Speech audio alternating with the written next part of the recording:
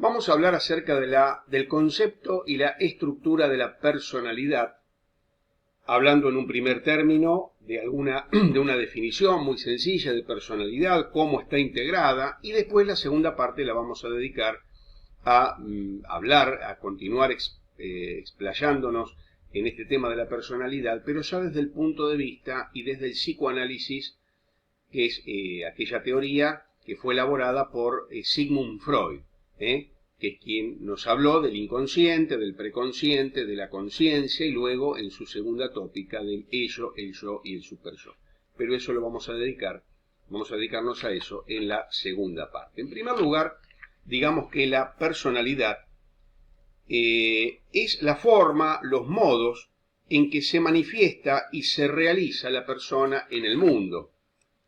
La personalidad es como el producto final donde confluyen al menos los siguientes factores. En primer lugar, lo constitucional. En segundo lugar, lo ambiental o formativo. Y en tercer lugar, como lo expresa Lavaque en su texto Introducción a la Psicología, lo opcional o creacional de cada persona. ¿Cómo está integrado lo constitucional? Lo constitucional está integrado por dos elementos, lo hereditario y lo congénito. Lo hereditario es lo que nosotros ya traemos a este mundo en nuestros genes, es lo propiamente genético. Y lo congénito está vinculado a el momento de la gestación y el momento del nacimiento. Son aquellas circunstancias operantes durante el parto o al momento de, durante la gestación, y al momento del parto, al momento del nacimiento. Pongan ustedes el caso, la madre sufre algún tipo de enfermedad mientras que está gestando. Bueno, eso afecta al niño que está en su vientre y entonces él va a venir al mundo con alguna situación ya congénita, se le denomina, o en el momento del parto sufrió algún tipo de situación que, por ejemplo, lo privó de oxígeno o alguna cuestión así, y entonces a eso se le llama algo congénito, que no es algo que está en los genes, pero es algo que nosotros ya de alguna manera traemos a este mundo. Lo ambiental y formativo tiene que ver con la educación, con las experiencias ambientales, con las experiencias que nos toca vivir y en las condiciones socioeconómicas, las condiciones culturales, los aspectos físicos, climáticos, por ejemplo. Todo eso implica lo ambiental o lo formativo. Y lo opcional o creacional de cada persona, Lavaque lo menciona porque el ser humano no es un sujeto meramente pasivo, no es un sujeto que se adapta de una manera mecánica al medio, sino que es un sujeto activo, es un sujeto que tiene libertad y tiene responsabilidad. Entonces, este aspecto que destaca Lavaque, al cual le denomina opcional o creacional, hace especial hincapié en la dimensión de libertad y responsabilidad, de autoconciencia del ser humano que lo distinguen justamente de los demás seres.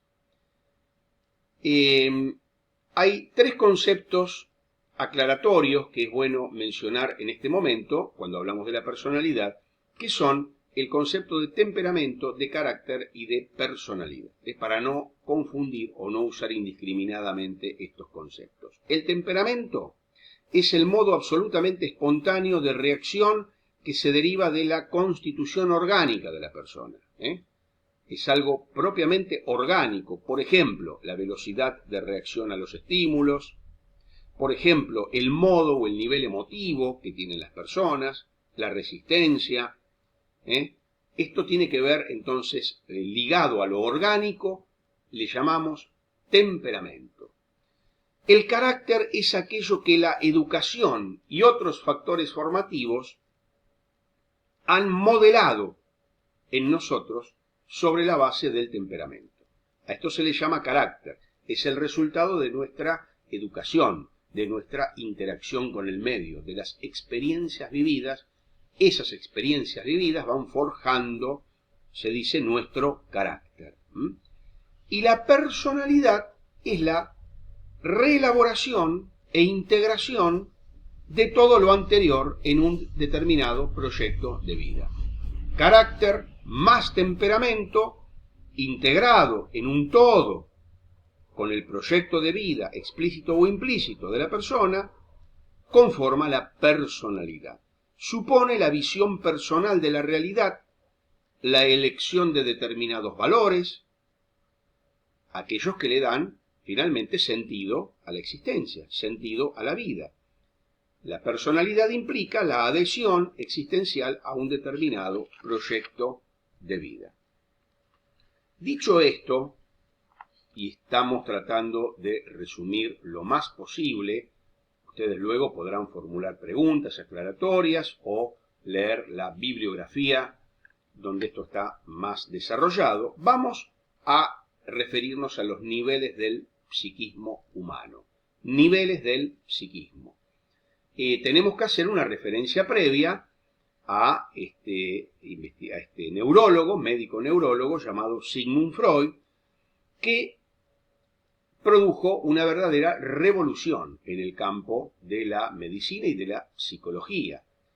En la época en la que Freud vivió, para que ustedes se den una idea, Freud empezó a escribir sus primeros textos más o menos en 1896, 95, por lo menos los textos que se han hecho más conocidos, y terminó de escribir en 1939, que fue el año en que él murió.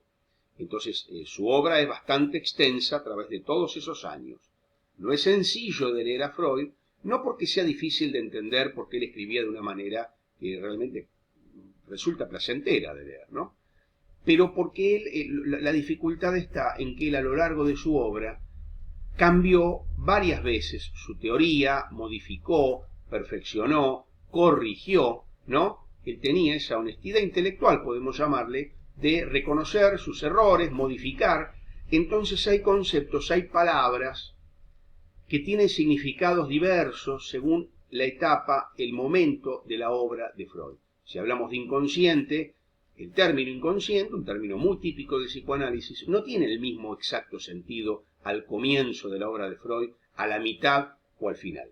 Entonces tenemos, por eso que a veces se ha malinterpretado muchas veces a Freud, no es digamos, hay que leerlo en su totalidad y respetando las distintas etapas de su obra.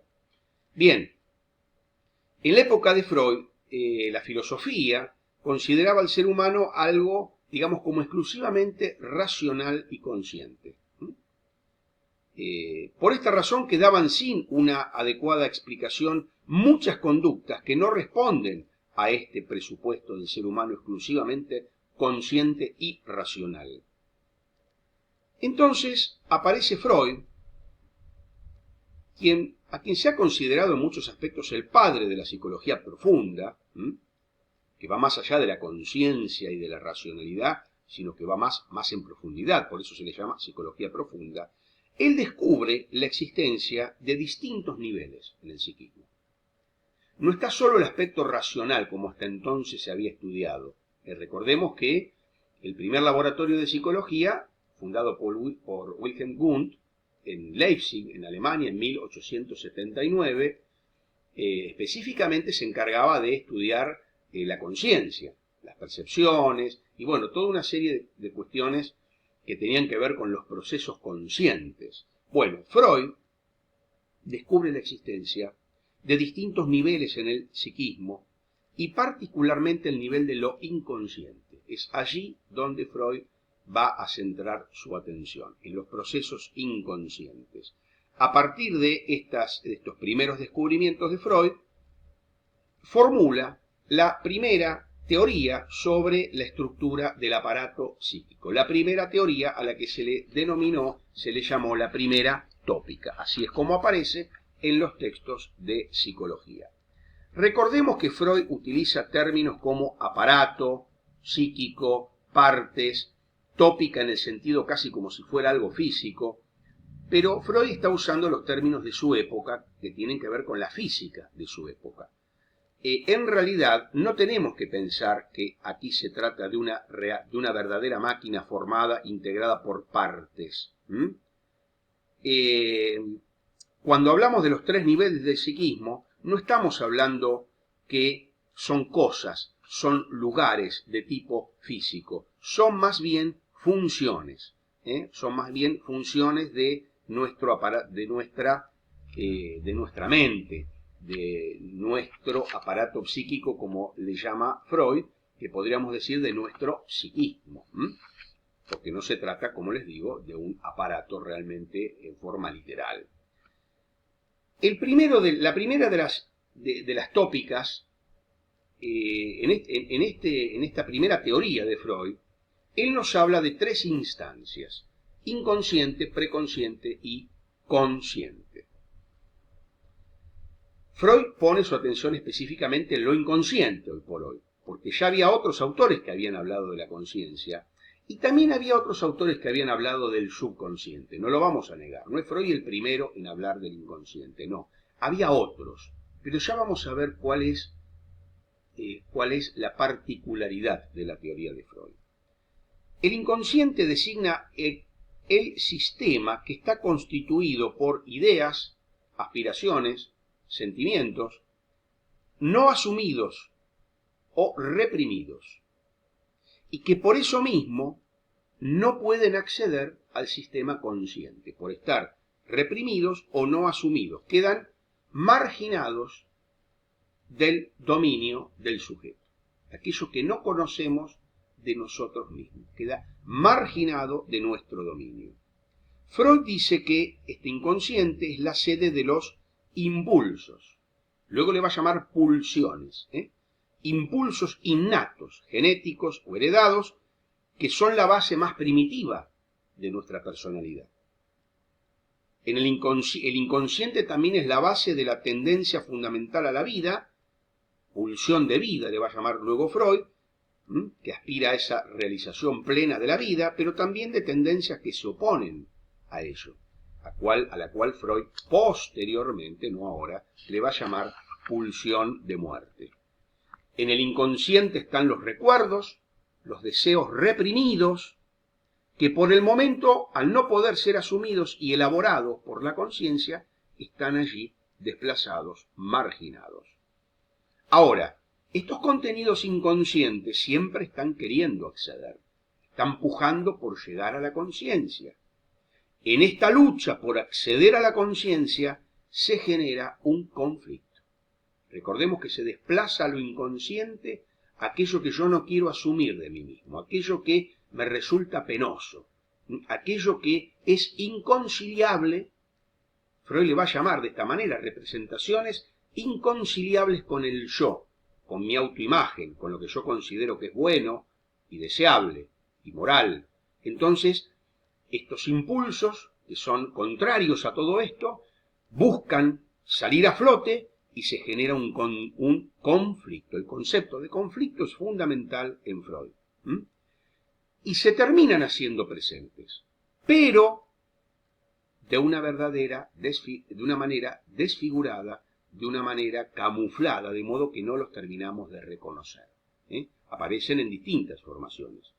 Freud habla de las formaciones del inconsciente, por ejemplo, los sueños, los lapsus y otras cosas más, que sería ahora extenso explicar. Estos impulsos del inconsciente tienden a una descarga ciega y no tienen en cuenta la realidad. Están regidos exclusivamente por el principio de placer. El concepto sería: el inconsciente se maneja con estas premisas: todo, ya y para mí. Lo quiero todo, de una manera totalmente fuera de la realidad, ya ahora, sin concepto de tiempo y espacio, de poder dilatar hacia adelante, posponer la satisfacción, y para mí, con un absoluto egoísmo. Entonces, como son así, tan egoístas, tan fuera de la realidad, hay siempre una censura. La censura opera para impedir que esto pase a la conciencia. En el próximo video vamos a referirnos al preconsciente.